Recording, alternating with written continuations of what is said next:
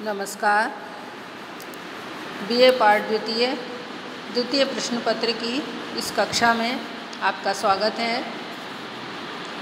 द्वितीय प्रश्न पत्र के अंतर्गत मैंने आपको पूर्व में बताया था कि आपकी पुस्तक निबंध संग्रह पाठ्यक्रम में है। उस निबंध संग्रह का पहला निबंध जो है वह है साहित्य जन समूह के हृदय का विकास है।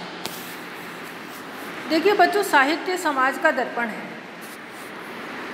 यह बात प्रेमचंद ने कही है और प्रेमचंद ने तो इसके आगे भी यहाँ तक कहा है कि साहित्य समाज का दर्पण मात्र नहीं है, वह तो समाज के आगे चलने वाली मशाल है जो समाज को रास्ता भी दिखाती है, उसको प्रकाश दिखाती है। तो इतना तो मानना ही पड़ेगा कि साहित्य और समाज परस्पर एक दूसरे से जुड़े हुए हैं।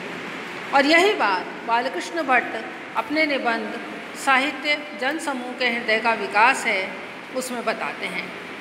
बालकृष्ण भट्ट जो हैं बहुत अच्छे निबंधकार और पत्रकार के रूप में उनका योगदान रहा है। उनका जन्म 1844 ईस्वी में हुआ और देहावसान 1914 ईस्वी में हुआ। उन्होंने नाटक और कहानियाँ भी लिखी, किंतु निबंधकार के रूप में उनकी अपनी विशिष्ट पहचान है। भट्ट जी हिंदी के पहले निबंधकार हैं जिन्होंने निबंधों में आत्मपरक, व्यक्तित्व प्रधानता और कलात्मक शैली का उन्होंने प्रयोग किया है। उन्होंने राजनीतिक, सामाजिक, साहित्यिक आदि अनेक विषयों पर निबंध लिखे। वे अपने निबंधों के माध्यम से समाज के लिए स्वप्न देखते हैं।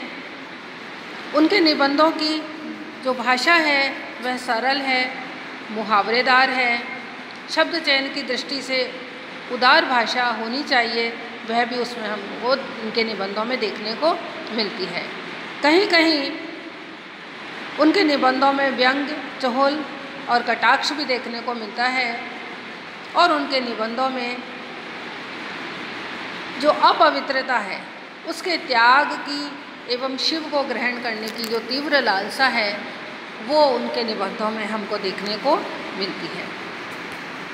जहाँ तक उनका लिखा हुआ निबंध साहित्य जन समूह के हृदय का विकास है, उसकी जब हम बात करते हैं तो हिंदी आलोचना के क्षेत्र में शायद ये पहला निबंध है जो साहित्य के स्वरूप पर बहुत ही सही और व्यापक दृष्टि से विचार करता है। उनकी ये जो अवधारणा है कि साहित्य के अनुशीलन से कौम के सब समय के आभ्यंतरिक भाव हमें परिस्फुट हो सकते हैं। कहने का आशय यह है कि यदि हम किसी समय का साहित्य देखते हैं तो उस समय के जो क्या भाव रहे होंगे इसका सबका पता हमें उस समय के साहित्य से मिल जाता है। यही बात इस निबंध में कही भी गई है। भट्ट जी अनेक उदाहरण देकर के स्पष्ट करते हैं। वो वेद का उदाहरण देते हैं। आरंभिक जीवन में व्याप्त जो उदारता थी, निष्कपट व्यवहार था, भोलापन था, प्रकृति प्रेम था, जैसे गुणों की अभिव्यक्ति देते हुए जो वैदिक साहित्य है उसकी वो चर्चा करते हैं। और फिर जब समाज आगे बढ़ता है, जटिलताएं और विकृतियां बढ़ती जाती हैं, वैसे वैसे साहित्य भी इन प्रवृत्तियों को अपने अंदर अभिव्यक्त करता है। यह बात उन्होंने कही है। इतना ही नहीं, साहित्य समाज को इन विकृतियों के प्रति केवल बताता ही नहीं है, वो इन विकृतियों के प्रति सचेत भी करता है। यहाँ पर वही बात आ गई है जो कि प्रेमचंद ने कही है कि वह समाज के आगे चलने वाली मशाल भी है जो कि समाज को रास्ता भी दिखाती है। तो आइए हम साहित्य जन समूह के हृदय का विकास है इस निबंध पर थोड़ी विस्तृत चर्चा करते हैं। तो देखिए, प्रत्येक देश का जो साहित्य होता है उस देश के मनुष्यों के हृदय का एक आदर्श रूप हमको उसमें देखने को मिलता है। मनुष्य के मन की स्थिति का पूरा जो भान है वो हमें साहित्य से विदित हो जाता है। जिस समय ऐसी स्थिति होती है कि मनुष्य प्रसन्न होता है तो उसके हृदय स्थल से जो भी साहित्य निकलता है वो कैसा होता है? मन प्रसन्न करने वाला होता है। उस साहित्य को पढ़ करके हमें भी आनंद का भाव उत्पन्न होता है। लेकिन कोई समय यदि ऐसा होता है कि उस समय समाज में सर्वत्र दुख और शोक व्याप्त होता है तो उस समय साहित्यकार के कंठ की ध्वनि भी करुणापूर्ण ही होती है। और यदि ऐसा समय हो जबकि देश में किसी तरह के युद्ध की स्थिति होती है तो उस समय का जो साहित्य है वह वीरता के गुणों से ओतप्रोत होता है। उस समय जो कवि की वाणी होती है वो वीरता से ओतप्रोत होती है, रौद्र रस का उसमें परिपाक होता है, ओज गुण की प्रधानता होती है। इसीलिए साहित्य को यदि बालकृष्ण भट्ट कहते हैं कि साहित्य को यदि जन समूह के चित्त का चित्रपट कहा जाए तो वह सही ही है। यानी जन समूह के चित्त में अर्थात जन समूह के मन में क्या चल रहा है उसका यदि चित्रपट, उसका यदि तस्वीर हमको देखनी है तो एक तरह से वह हमें साहित्य में ही देखने को मिलती है। बालकृष्ण भट्ट सबसे पहले आर्यों का जो साहित्य है वेद, उसका उदाहरण देते हैं और उसका उदाहरण देते हुए वे कहते हैं कि आर्यों का जो भोलापन था वो हमें उस समय के वैदिक साहित्य में देखने को मिलता है। उस समय के आर्यों का भोलापन क्या था कि वो और कोई देवी देवताओं को नहीं मानते थे, लेकिन जो हमको कुछ देते हैं, सूर्य हमको ऊर्जा देता है, वायु हमको वायु देती है, वरुण जो है हमको पानी देते हैं, यानी इन सब को ही वो देवता मानते थे। क्योंकि जल भी हमें जीवन देता है, वायु भी हमें जीवन देता है, सूर्य भी हमें जीवन देता है, तो उनके हिसाब से ये जो है ये ही उनके लिए देवता है। और आर्यों का जो भोलापन था, उन्होंने जो उदित होते हुए सूर्य को एक अजय शक्ति समझ लिया और उसको ही देवता मान लिया। इसी तरह वे जल को भी जीवन के लिए आवश्यक मानकर, वायु को भी जीवन के लिए आवश्यक मानकर, अग्नि को भी जीवन के लिए आवश्यक मानकर इन सभी को देवता मानते हैं और देवता मान करके उनकी आराधना करते हैं, उनका स्तुति गान करते हैं। और वैदिक साहित्य में जो उनकी स्तुति की गई है वो सभी जो है वो ऋग्वेद और सामवेद की जो पावन ऋचाएँ हैं उनके रूप में हमको देखने को मिलती है। तो कहने का आशय यह है कि आर्य जो थे उनमें भोलापन था, उदार भाव था, इसलिए उन्होंने जिनसे भी उनको कुछ मिलता था, जिनसे भी उनको जीवन से संबंधित चीज़ें मिलती थी, उन सबको उन्होंने देवता समझ करके उनकी स्तुति करना प्रारंभ कर दिया था। प्राकृतिक पदार्थों का अनुशीलन करते हुए जो आर्यों के मन में ईश्वर को लेकर के जो भाव उदित हुए, वो आगे चल कर के एक नए प्रकार का साहित्य, और उसे क्या नाम दिया गया, उपनिषद माँ नाम दिया जाने लगा। जब इससे हम थोड़ा आगे बढ़ते हैं तो थोड़ा आगे चल कर के लोगों के चाल चलन में थोड़ा सा अंतर आने लगा। जब चाल चलन में अंतर आने लगा, एक का व्यवहार दूसरे को प्रभावित करने लगा, तो उस एक के व्यवहार से दूसरा किस हद तक किस प्रकार प्रभावित होता है, इस बात को लेकर के भी साहित्य में चर्चा होने लगी। और हमारे चाल चलन से किसी की हानि न हो, इस बात पर विचार करके स्मृतियों का साहित्य जो है वह लिखा गया। और आगे चल कर के जो भी साहित्य बने उनमें वेद की भाषा का अनुकरण तो होता गया, किंतु उनकी भाषा जो है वो ज़्यादा से ज़्यादा सरल और कोमल होती चली गई। जिस समय जिस तरह की भाषा का प्रयोग व्यक्ति करते थे, ज़्यादातर साहित्य भी उस तरह की भाषा में ही लिखा जाने लगा।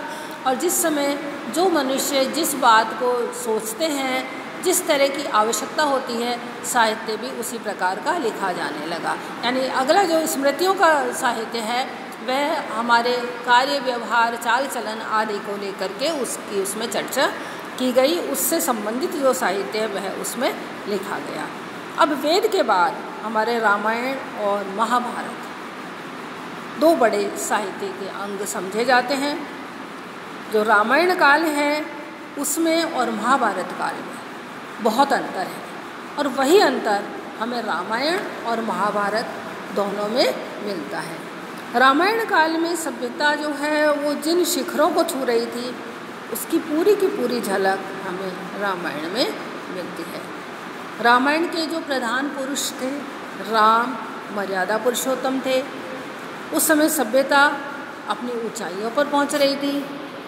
राम के समय में जो भ्रातृ प्रेम था उसकी स्थिति यह थी कि राम और भरत दोनों इस बात के लिए विवाद कर रहे थे कि सिंहासन तुम्हारा हो। यानी दोनों ही सिंहासन को अपना नहीं बता रहे थे। उस समय भ्रातृत्व भाव जो था वो इस कदर था, भ्रातृ प्रेम इतना ज़्यादा था कि राम कह रहे थे कि भरत तुम्हारा ही राज्य है और भरत कह रहे थे कि राम तुम्हारा ही राज्य है। किंतु महाभारत काल तक आते आते स्थिति जो है वो बहुत ज़्यादा बदल गई और महाभारत काल तक आते आते सभ्यता का भी पतन हुआ। भ्रातृ प्रेम है उसमें भी बहुत अंतर आया। वह भ्रातृ प्रेम जो एक समय में राम और भरत एक दूसरे को सिंहासन देने के लिए विवाद कर रहे थे, उस भ्रातृ प्रेम की स्थिति यह हो गई कि उसके ऊपर स्वार्थ इतना हावी हो गया कि जो दुर्योधन है वो यह कह उठा कि सुई की नोक के बराबर पृथ्वी भी बिना युद्ध के नहीं देगा।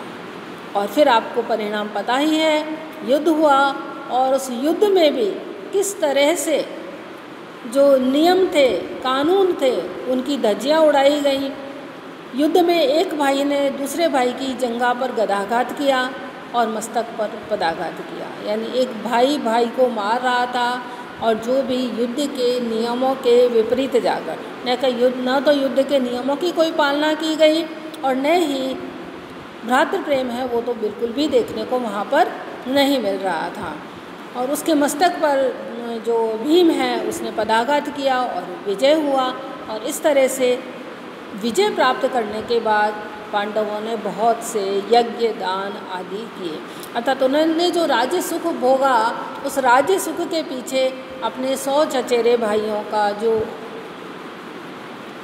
संहार था वो उनको करना पड़ा और वह उन्होंने किया।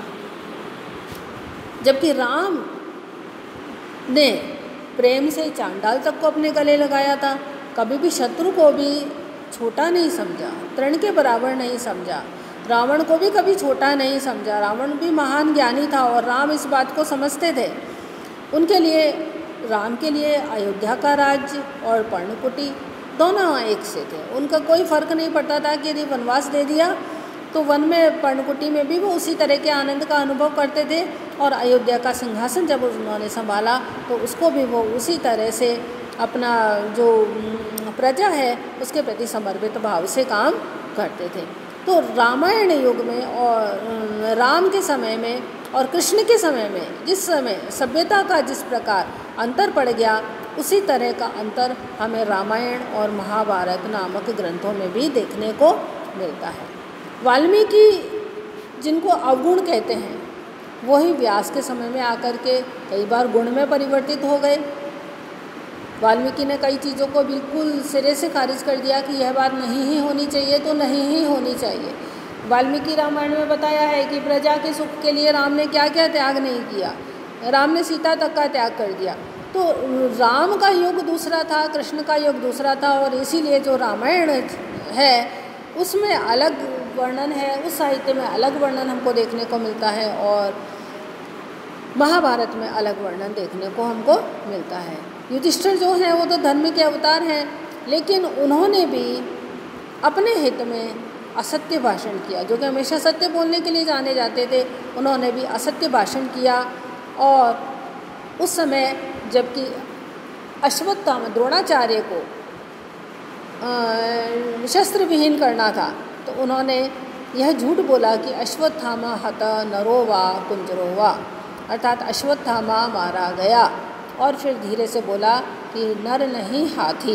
लेकिन द्रोणाचार्य ने जो सुना वह यही सुना कि अश्वत्थामा अर्थात उनका पुत्र मारा गया और यह सुन करके वह शस्त्र छोड़ करके नीचे बैठ गए और उनका वध कर दिया गया।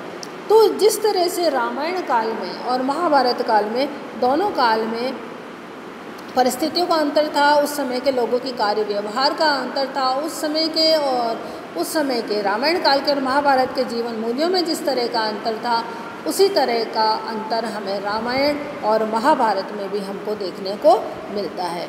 तो इस निबंध में यही बात बताई गई है कि किस तरह से जैसे जैसे समय आगे चलता गया, जीवन मूल्यों में अंतर होता गया, वैसे वैसे साहित्य भी उससे प्रभावित होने लगा।